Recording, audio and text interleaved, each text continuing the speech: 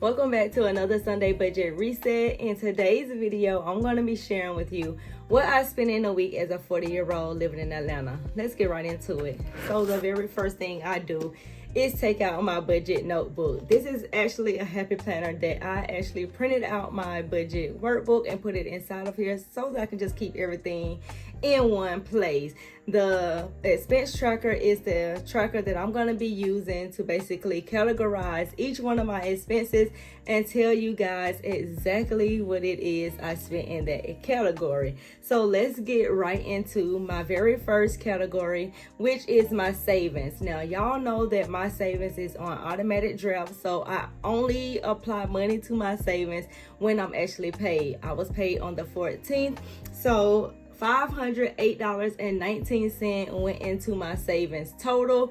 102.30 went into my retirement account. $155.89 went into my investment account, and then $250 went into my emergency fund / personal savings, which gives me the total of $508.19. The next category is my home category. I didn't have any bills to come out this week. Only thing I had to come out is aftercare. Now I spoke about this a little bit in my home buying video. If you have not watched that video, I'm gonna link it down below so you can go ahead and check it out. But so many different things is going up, you guys. So my aftercare fees for my son has actually went up. Usually I budget $95 a week for aftercare, but to my knowledge it has went up to $120.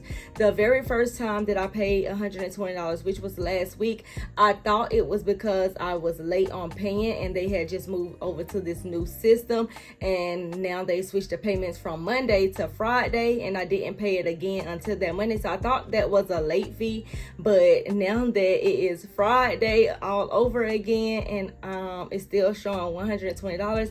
I contacted the director and she said that they have went up. They sent me an email like 3 months ago saying that it was going to go up, which is crazy to me. Not only has aftercare fees went up, one of my life insurance policy has went up as well.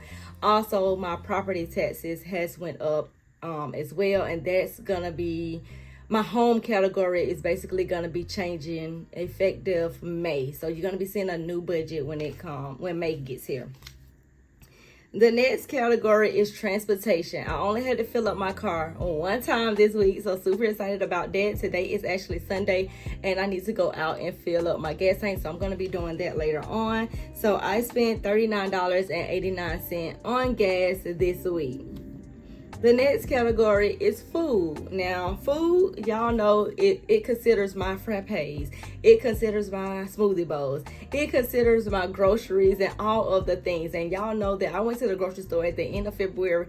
So a big chunk of that money actually rolled over into my March budget. So at the end of the month, when I do my budget recap, you're going to see like there's a large amount of money in there. But a lot of that money rolled over from February. But this week, we're only staying on this week. So this week I spent $47.88, which I don't think is a very bad idea, but like I said before, everything else is going up around me, so I got to cut back in other areas, and unfortunately frappes is gonna be the thing that I'm gonna have to cut out, but you will hear more about that in my budget recap or my monthly budget video when I start doing it next month. The next category is subscriptions, and this week I only spent $1.99 for Google storage because you know your girl Google storage is overflowing. It's too full where I need to buy some additional storage. So $1.99 for subscriptions. Now for debt. Now I don't know if I mentioned this in the last video last week or if I know I'm going to mention it today, but I don't know if I mentioned this last week. But this month my goal is to pay off of my Capital One Saver credit card, and I think the balance on that card was like around $2,900. I've gotten paid through content creation, so I use $1,000 of that content creation money and I put it on that card. I also paid off the remaining balance on the Capital One Quicksilver card, which was $188. So no money was actually taken out of my paycheck this week for debt, but I did pay the Capital One Saver $1,000, and I did pay $188 and some change for the Capital One Quicksilver credit card with my content creation money. Now, my content creation money has its own account. It's in a separate account all along, so that's the reason why I'm mentioning it here.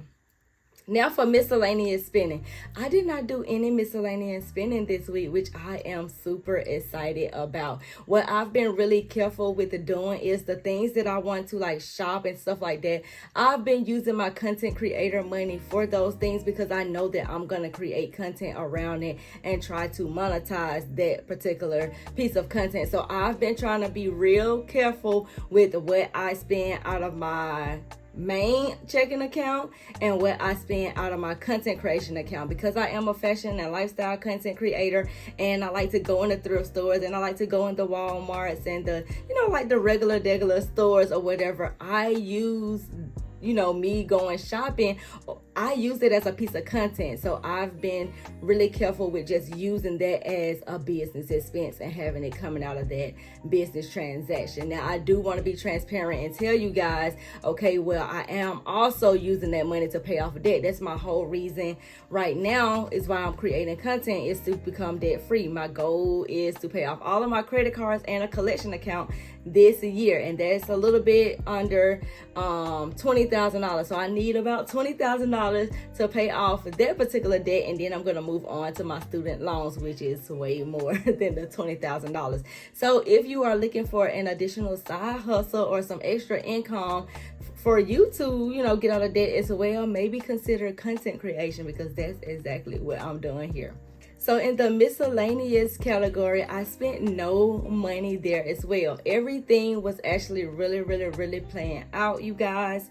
And the total spent for this week is $717.95, which I am super excited about. Now, if I can get this to like $500, well, I know I can't get it to $500 because I know when I'm actually saving money, that's already $500. So to see that I'm actually really kind of like spending like $200 and something, this was a really good week. I'm not even gonna lie. If I can keep every single week at like $200, except for like the big week when I pay the mortgage and stuff like that. But if I can keep all of the other months or all of the other weeks at $200, I would have more free money left to pay off of all of this debt.